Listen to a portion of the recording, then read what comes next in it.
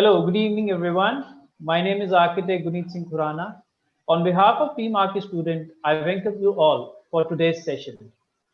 I would like to thank our esteemed guests of this session, Architect Apurva Bose Dutta and Architect Sangeet Sharma.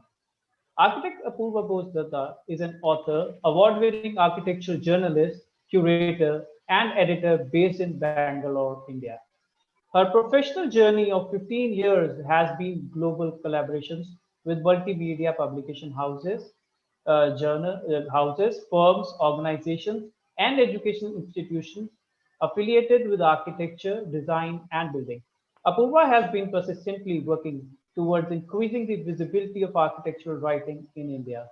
She is also involved in conceptualizing and conducting an online certified course on architectural writing. She has been invited by the Australian and Finland government to represent the Indian delegation in international media visits of architectural writers in Melbourne and Helsinki representative. Her book, Architectural Voices of India, a blend of contemporary and traditional ethos, has received acclaim and wide coverage in media. So, Architect Sangeet Sharma is an architect based out of Chandigarh. Architecture is his profession. He is partner in SD Sharma and Associates, a known firm in Chandigarh. He has been conferred honors doctorate by Berkeley University. His architecture is termed as Cubist modernism and is highly influenced by Chandigarh and sustainable architecture. He is widely published and featured in prestigious journals in India and abroad. He practices sustainable architecture. He is a winner of 10 awards in architecture, significant being the Greha Exemplary Performance Award for his project in Coimbatore, three projects awards for sustainability, and various others for the best structures, to name a few. He has earned many momentous titles, such as one of the Hot 100 Architects, Famous 50, and Most Inspiring Architects of India in various books and journals. I would request all the participants to kindly write down their questions in the chat box. We'll be taking up questions and answers in the end of the session. Also would like you to subscribe to our channel for the latest updates. You can also join our YouTube group, Google group, or WhatsApp groups. Links are in the description. So without any further delay, I would like to invite Architect Apurva Bodhdatta to take over the session and have a dialogue on architecture, life, and me, written by Architect Sangeet Sharma. Over to you, ma'am. Thank you, Guneet, for the introduction. It's a pleasure being here today with all of you. A very warm good evening to everyone. This dialogue is special to me because it takes me back to some nostalgic memories. I still remember it was almost 10 to 12 years ago that I received probably one of the first books autographed by an architect, and surprisingly written by him too. I was delighted. It had just been a couple of years since I had stepped into this almost unknown field of architecture writing, and here was this book that was written by an Indian architect, which was rather new in the scenario then, and probably now too, where architects in India hardly wrote. Even if they wrote, it was on their projects. But this was a memoir encapsulating a journey that didn't only dwell on the past or on the present, but also tried to glimpse into the future. I finished the book rather quickly, made notes because though the book was a light read, but there were quotes in the book that were deep, engaging, philosophical, thought provoking, statements that compelled you to question, emotions that were relatable, and of course, learning that was conveyed with great subtlety. That book was Architecture, Life, and Me. And today, as this remarkable book is on its journey completing 12 years, I have the pleasure to discuss it with its author, the multi-talented, versatile, multifaceted architect Sangeet Sharma, whose distinct style of writing on architecture has celebrated the blurring of architecture and life. My earliest memories of connecting with Sangeet sir dates back to probably during 2005 or 6, So it's been a good 15 years. But I must say that since then, every second year, if not every year, I've got to know of a new talent that Sangeet sir has cultivated. Besides being an award winning architect, known for his cubist modernism style and spaces that are economic, conscious, and optimum, his multitasking abilities aren't a secret to anyone. I remember once when I asked him about his multitasking and immaculate time management skills. He told me that he works in mental shifts and his brain has a biological alarm, a definite MCB, which switches on and off. But as per me, the best part about him is that even when multitasking a plethora of things, he doesn't let his mind and exuberance dim even for a second. Sangeet sir, what a pleasure to be connecting with you on this platform. And such a pleasure and honor for me to be talking to you about this book. For some reason, I was never able to write about architecture and life over the years, which I do regret because you do know that I thoroughly enjoyed reading it. But I'm delighted that I have got this bigger opportunity to talk about it now. So, formally, congratulations to you on the completion of its 12 years, and especially for the fact that the relevance of the book, even after these years, hasn't mitigated a bit. Sir, you would need to unmute yourself.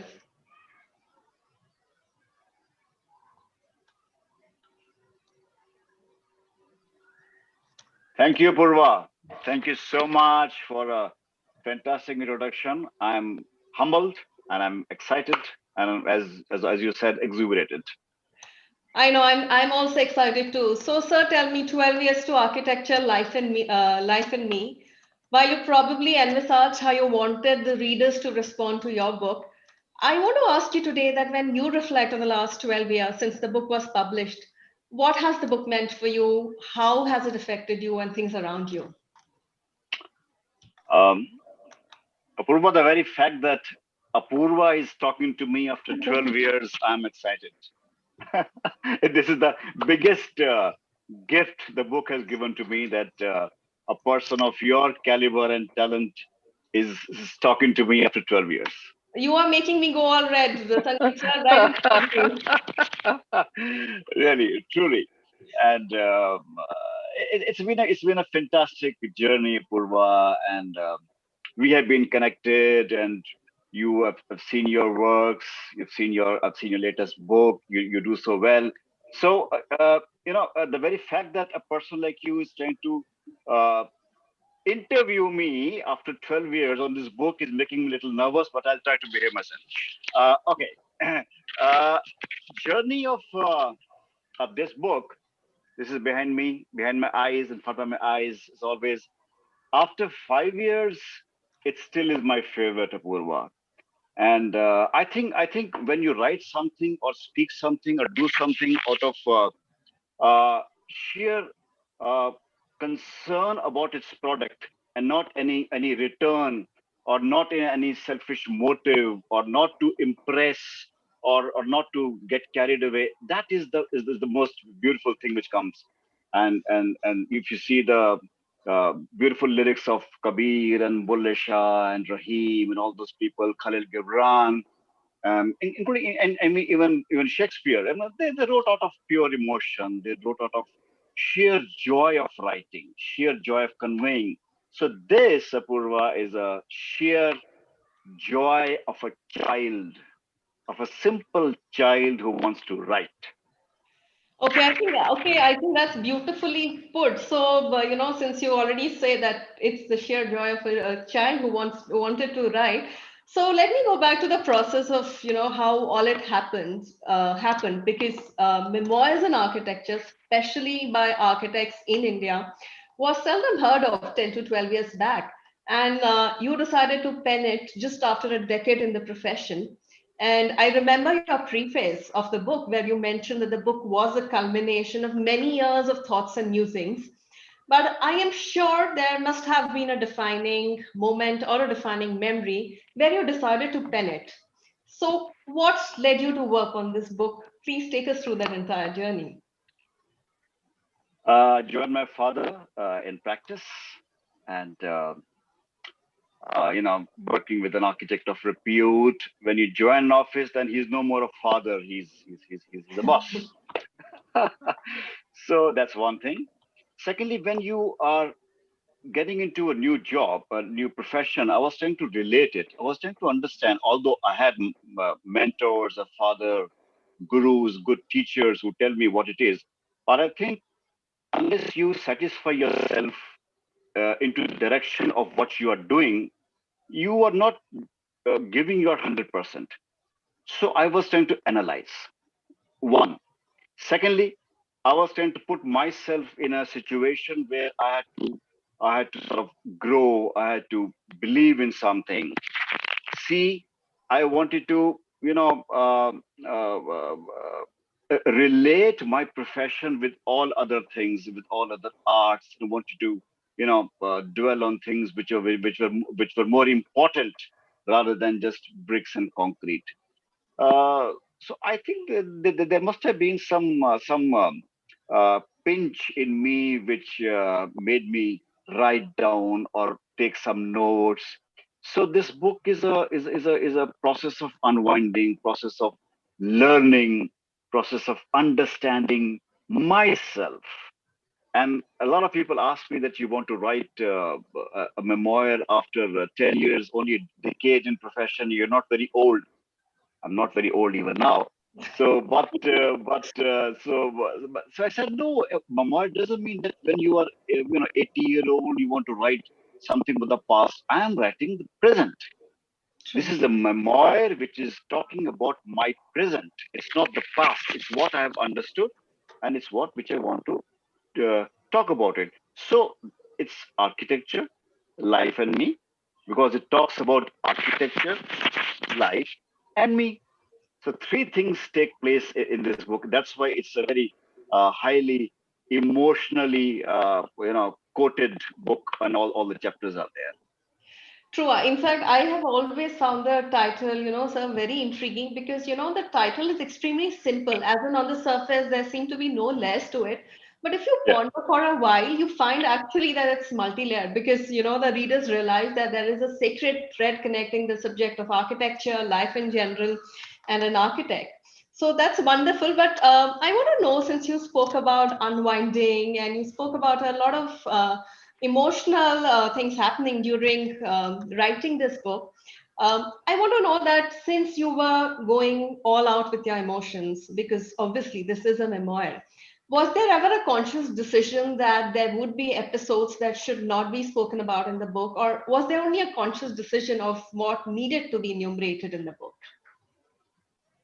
As I said, that it was a very childlike, uh, you know, explosion of an emotion. So I wasn't pondering upon the what I'm going to write now and the next or what's a chapter. It wasn't contrived.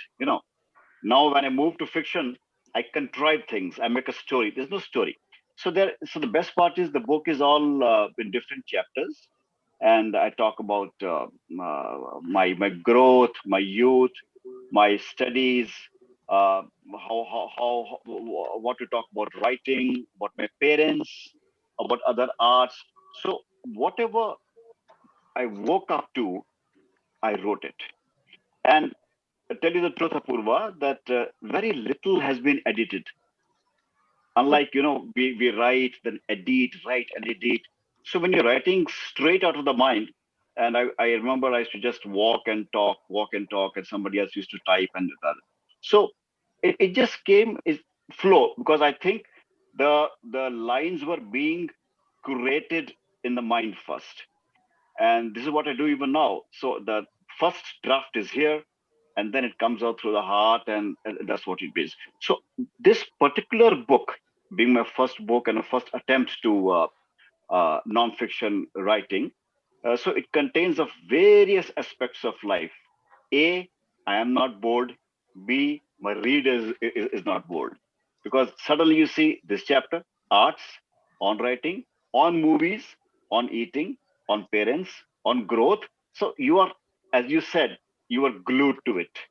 So that was my intention. And so it's just a flow. It's just direct flow. I loved it. Wonderful. In fact, Hmm.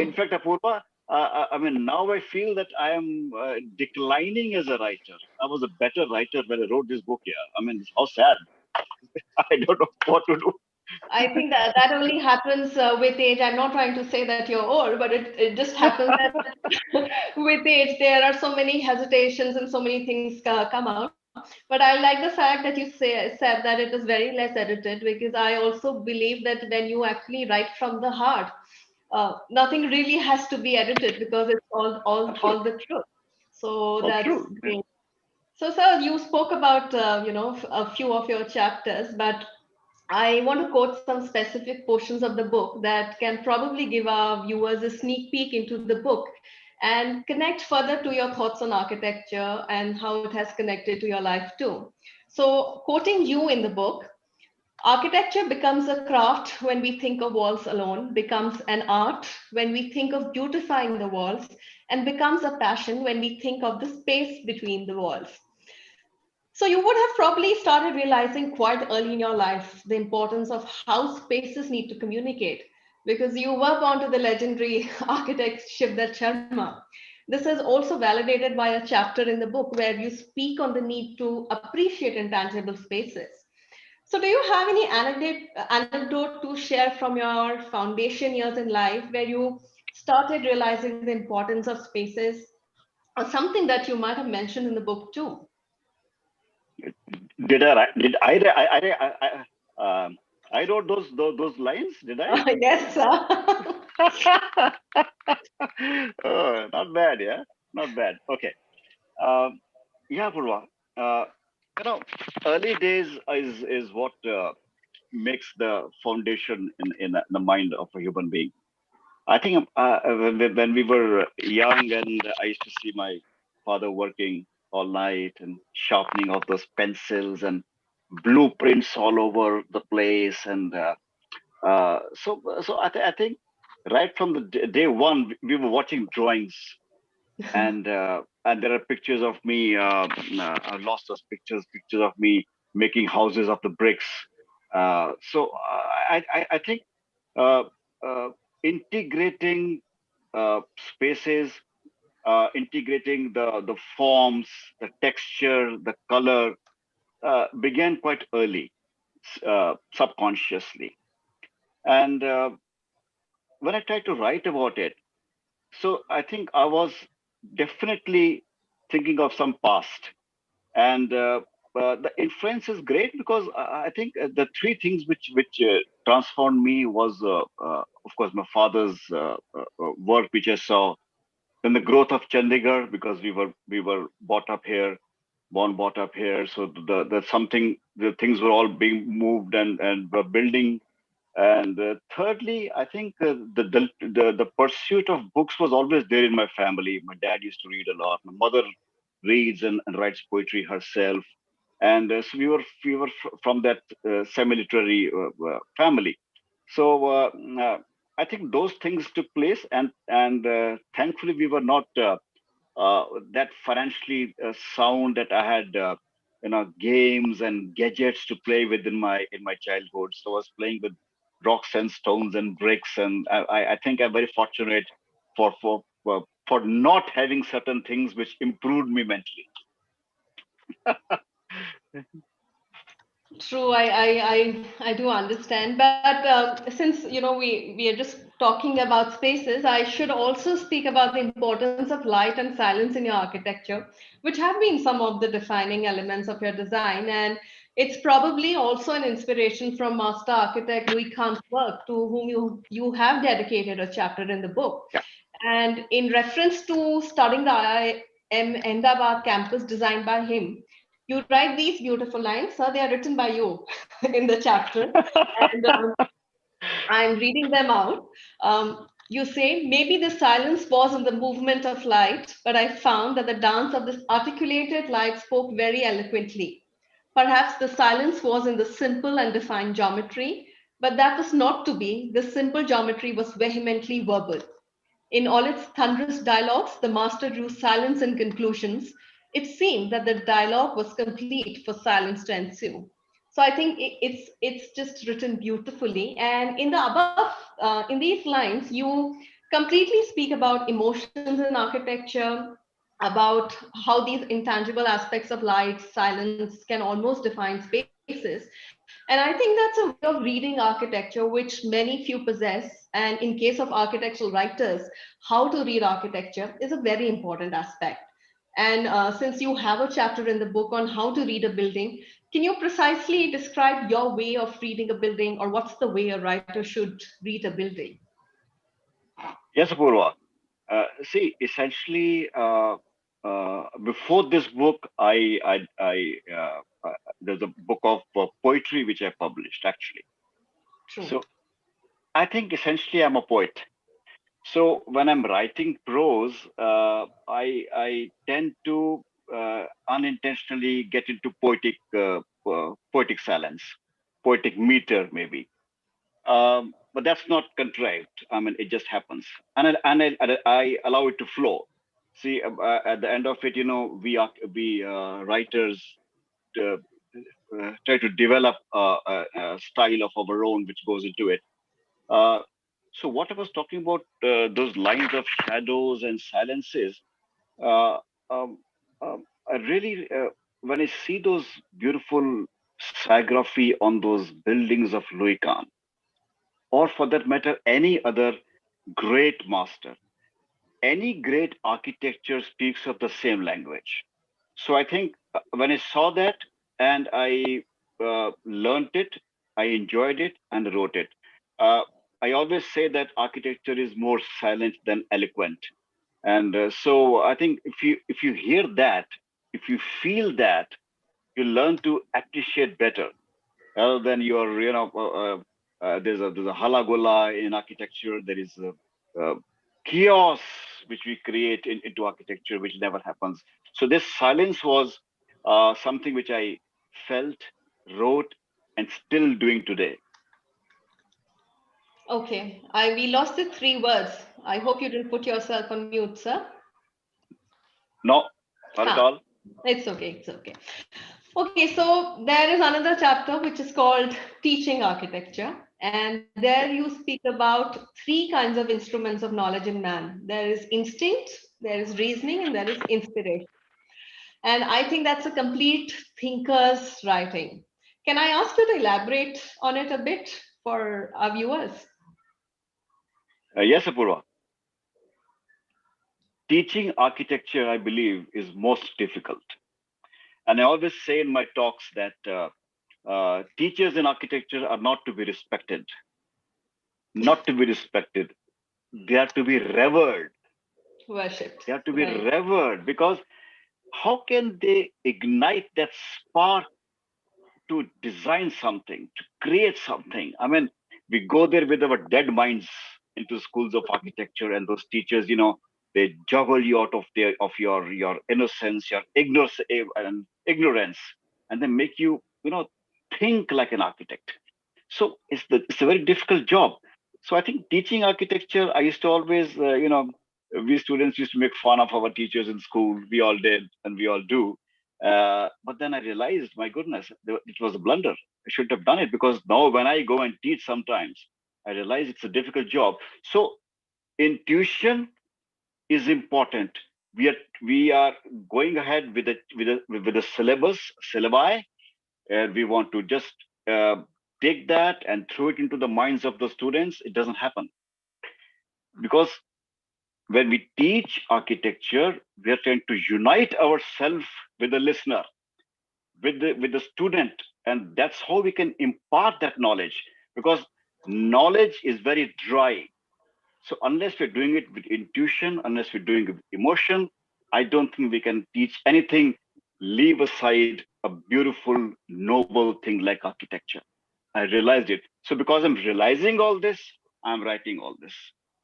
So it's my I think analysis, inner self, and realization, understanding at that level where I was at that time. But as you rightly said, I myself read it sometimes, and not bad. I find it. I find it, it was as if somebody else wrote through me. I was only an instrument. So I'm thankful to the Lord. No, I think not only the quotes in your book, they are very motivational, but whatever you say, whatever you just spoke about teachers, it's so motivating. And I'm sure if there are students who are viewing this dialogue, they will be so inspired by what you said. Thank you. Okay, so I also wanted to ask you that, we only have a handful of architects in India who give equal importance to their designing and writing. And evidently, you are one of them. And you just spoke about the chapter in the book, which is titled On Writing, where you express what writing means to you. In fact, you even quote George Bernard Shaw in that chapter. I want to connect this passion of yours for writing with architecture because I have a personal benefit also. Because for someone like me who has taken to architectural writing as a full time profession, and I'm well versed how the subject has fared, especially in India, I can safely say that you were one of the first in the country to acknowledge, recognize, and encourage professional architectural writers. You have awards for architectural writers, awards for literature through the A3 Foundation, which you have so passionately nurtured over the years. In that case, two things that I want to know. Why do you think architectural writing is not a mainstream profession yet in India? And I'm sure the reason why you constituted these awards through the A3 Foundation also had to do something.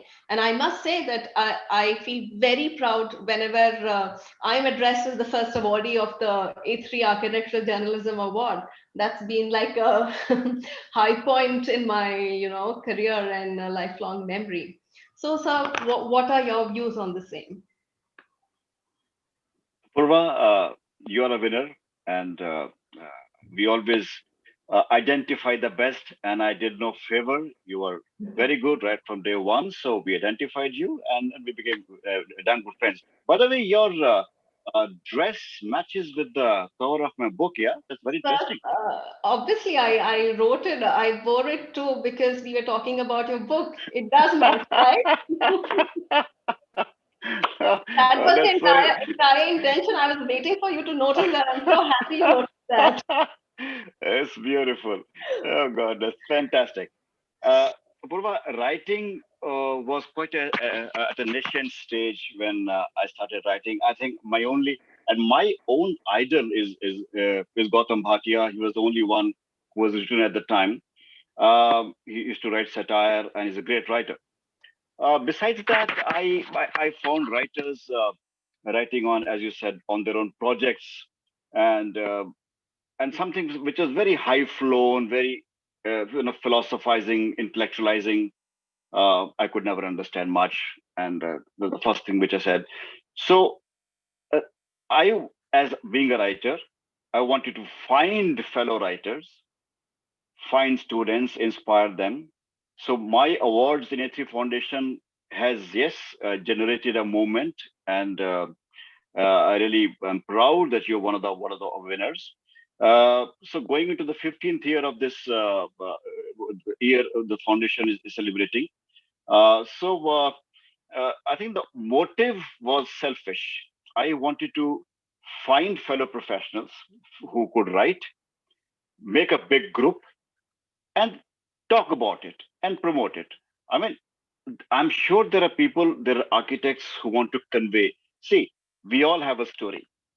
And Apurva, you and me are not professional, writers per se that we survive on writing.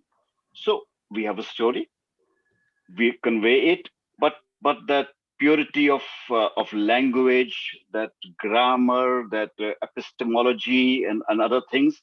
So we need help. So my idea was, if I can find a writer, if he or she needs help, assistance, editing, promoting, we are there to help you. Because I found it difficult task. And for Purva, this is a Rupa publication. And I remember going to him, and he was says, Sangeet, this is not our cup of tea. What's all this? It's neither a biography, it's neither an autobiography. and who is going to read architecture, and who is interested in your life and all that. So I said, fine, gentlemen, I'll leave it here. So after about 3 4 months, his editor calls me. He says, we found this very, the word which he used was, it's a very childlike writing, and we like the simplicity, we like the purity of it. So I think we'll publish it. So get your first book by Rupa was something big delight, and I so it was know. done. And but I thought that if I'm going to find people who want to write, I would like to guide them. So we started this writing promotion, and we found so many writers, young writers who and you have been now promoting architecture writing, and you are showing direction to people, which I think I could not, and you're doing it very nicely. So, secondly, I was myself in anguish that why there are no more books like this. Where were they when I was a student? Where was my pie of inspiration? Why was I not inspired? If this book became Purva in some colleges in South India as a part of a theory of design, a textbook, Hmm. because it made them realize, and it showed them the path, the direction. Where was it when I wanted it? So that's why I said there should be more people doing it. There should be more people writing it. I mean, we are not here in isolation. We want to write in a collective measure. If I am a good author, uh, there must be 100 good authors so that we can share, we can debate, we can exchange. There's no point of me being a good author alone and sitting in secluded corner in Chandigarh. It doesn't happen. So let us all grow. Let us all be, because writing is something which everybody wants to convey, and I want to establish that architects can write because they are true, gifted, creative people, and communication writing is a second language to us. If we can't do it, then a little bit of success is delayed, not denied, delayed. So therefore my quest to find writers. I think that's beautiful. And I think the bigger issue has been that there have been architects, who have been writing, but very less in India. Yeah, Whatever books we were referring to all this while, even now, yeah, most of the books yeah, are overseas. So, absolutely. so it's wonderful to have something in India which promotes architectural writing. So, sir, I know you also mentioned that, the book, this book, Architecture Life in Me, has been a part of the course in theory of design in a few colleges. Are there any specific reactions of readers that you remember till date? Do you find readers coming today, coming up with newer observations on the book? Something that you would like to share with all of us? Uh, I think I received the biggest beautiful compliments when I wrote this book, and more criticism in my new books, but the compliments were there in this book, and because they could relate, they said, "Okay, sir, we are looking for this phrase."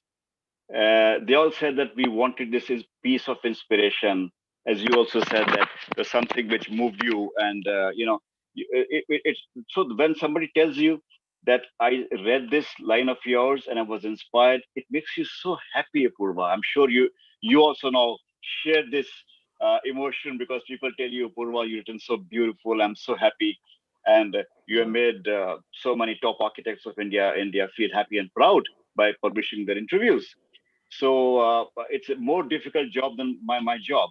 So, and one of the biggest compliments was a first year girl from some institute in Tumkur, or somewhere. She comes and tells me that I have read it about 10 times, 15 times, Wow. and she has kept it in a place where her other books of mythology and religion are kept. So I think Oh, it was the greatest. I think the greatest gift. It was. I was moist when I was listening to this on telephone. I never met her, and she says it's a part of that piece where it's kept in front of the deities of gods. I mean, what I'm trying to say is that that means I could. shake something out of somebody's heart and give them joy, so much of joy that they said, yes, this found something. It's a moment of eureka moment. I found it. I found it. I know that's beautiful, and that's actually so sacred also when Yeah. someone says like that. So the other thing that I also noticed in the book, as I actually noticed in all your other books, is that your illustrations are always very skillfully used in the book. The focus always stays on the text, but I remember we were once discussing when you said that you use illustrations as a prop to your text. So how do Yeah. you go about balancing the text and illustrations? Is there any organized way of doing it, or is it just you just feel like doing it and Uh, Apurva, as I said, there are multiple MCBs, and true. sometimes कभी कभी वो short circuit हो जाता है उनके अंदर.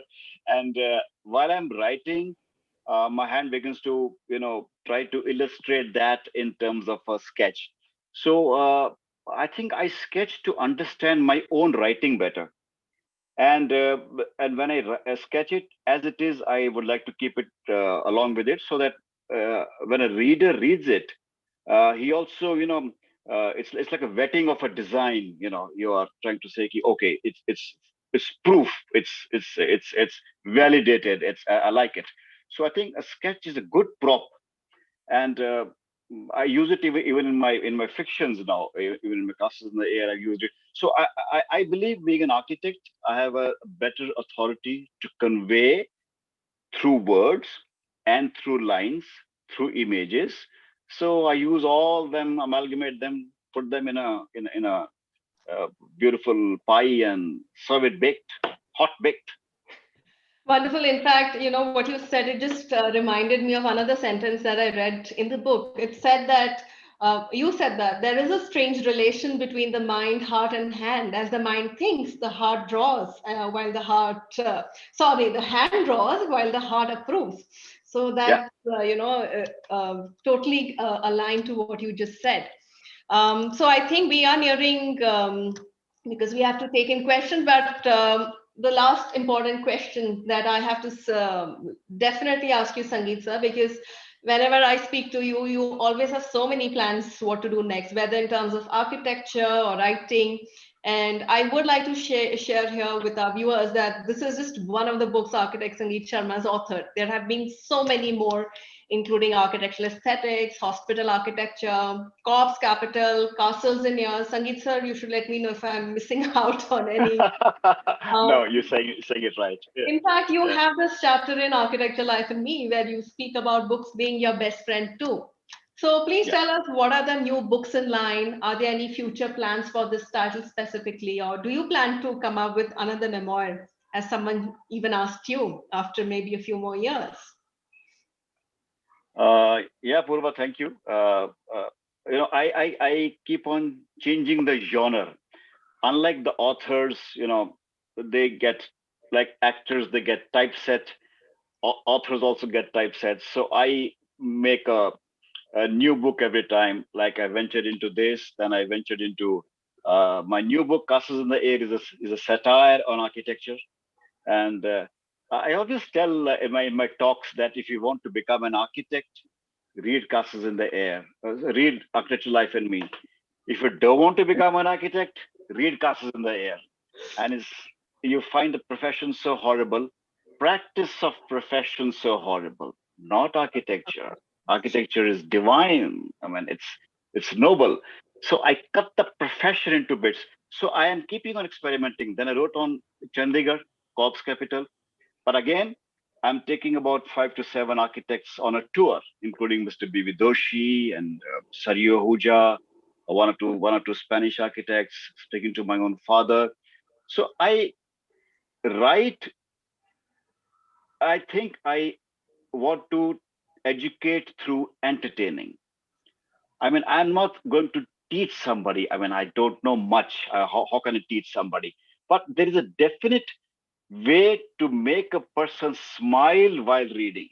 That's my genre. People ask me, sir, what's your genre? I said, I have no genre.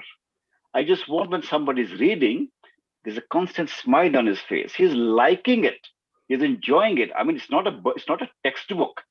It's not something which you have to, mug and write it the next day as an examination. It's something which you have to enjoy. I've talked to people that there are teachers, you know, so many teachers, even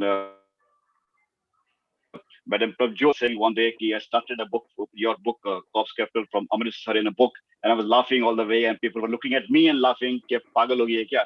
So it was that kind of a thing. So a lot of people are attached to this, and I think I bring in an element of joy. So that's my genre. So after this, Purva, I'm writing two books. Of course, I can't do without architecture, but they are hardcore fiction. I'm not going to reveal you the content as yet, and it's a secret. It's going to be out in about 3 months' time, and it's going to We be will, very, very we will enjoyable. have another dialogue. Yeah, sure, Yes, sir. sure, Please go on. absolutely, yeah. So, yeah, But I you know, mean, sir, go on. Sorry. no, I just said that. So the two books I'm writing simultaneously. So one is both are fiction, but both are on the life of an architect, but in a very different way. So it revolves around a certain period, and it revolves around an architect, but not the usual story of an architect or Frank Lloyd Wright or Corbusier. It's something different, as always. Over to you. I know, but sir, you make it sound all so easy, but architecture is a serious profession, and to Yeah, write a book which makes people life an architect, it's so difficult, and you just do it so effortlessly. So, thank you, thank you, and I must also take this platform to specially thank you for the initiatives you have taken to recognize architectural writing in the country. thank you. I remember when in 2009 I was receiving the award from SD Sharma sir in Chandigarh. I said the following lines, and I'm going to repeat them because they actually connect back to the book we are discussing, which is Architecture, Life, and Me. So these were my words. Architecture, Life, and Me has a beautiful quote, which has remained etched in my mind, which says that buildings must have a silent narrator that does all the talking, that must hold your hand and take you along the journey while narrating all those violent flushes of the heart that made the architecture of that building come alive. So, as an architectural journalist, I really believe it is this silent narration that we must pick up and write about. And it is we architectural writers who actually can design this narrative further. So, Sangeet sir, I have to thank you for opening many new ways through the book for everyone to see, read, and interpret architecture. And though you do mention in the book that you follow the philosophy of Buddhism, where detachment and the spirit of renunciation is one of the greatest characteristics, but I think everyone will like to learn from you how to stay detached and yet stay so attached to everything that you do, whether it's architecture, writing, poetry, music, and so many other things that you're so well versed in, and you just spoke about. So Thank you so much. that's been a wonderful dialogue. And I think, Guneet, would you like to come in? I think he has some questions or something. Yes, thank you, Sangeet sir, for enlightening us with all your knowledge about Thank you. architecture in basic and giving us insights about your book. And I congratulate you for your 12th anniversary of the book, Architecture, Life, and Me. And Thank you, Gunit. I am sure the coming project of yours, which you have been discussing, is going to be a great success again. So Thank you. I have two big questions with me. I'm sure you have answered them before as well, but I would like you to give a brief about this. What encouraged you to write this book in particular? It's by Namni. Uh, my own growth and my insecurities, my non-understanding of the profession to start with, my that strength to connect myself with the profession and all other professions around it. So it was my desire to find the correct path, to know myself, to know my profession. So that was the point. Right, sir. So next question is, how does one create a niche in the style of writing, architecture, and mainstream readership?